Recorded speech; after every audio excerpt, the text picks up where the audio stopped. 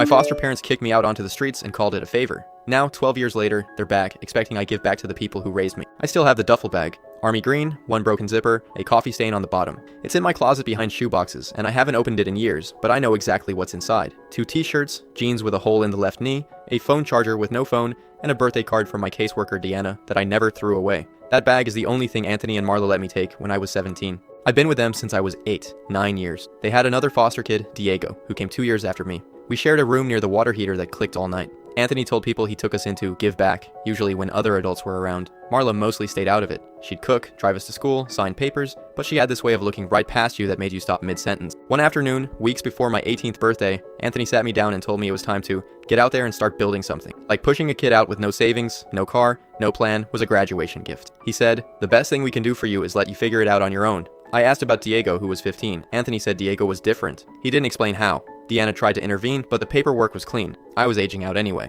She got me into a shelter and a job placement program. I didn't talk to Anthony or Marla again. 12 years. I built everything from that duffel bag up, got a place, got stable. Through Deanna, I learned Diego stayed with Anthony and Marla until 22. They helped him get a car, helped with rent. Then 6 weeks ago, a woman named Flora messaged me on social media. Marla's sister said Marla was sick, Anthony couldn't work anymore, the family was reaching out to everyone for help with medical costs. She ended with, "They always talked about how proud they were of you." I called Deanna. She told me Flora had contacted her too, asking for my info, and Deanna refused. Flora found me anyway. I called Flora directly. She listed what they needed: medications, a homemade, house modifications. Then she said, Anthony had been telling people for years that I left on my own, that I chose the streets, that they'd beg me to stay. I told Flora that wasn't what happened. She said, "Well, I'm just telling you what they told us." That same week, Diego reached out. First time in 12 years. He said Anthony told him I'd been getting into trouble, and that removing me was a recommendation from the casework. Deanna confirmed she never recommended anything like that. I drove to the house, smaller than I remembered. Marla was on the couch, said my name like a question. Anthony came out with a cane, didn't say hello. Said, "So, Flora got through to you."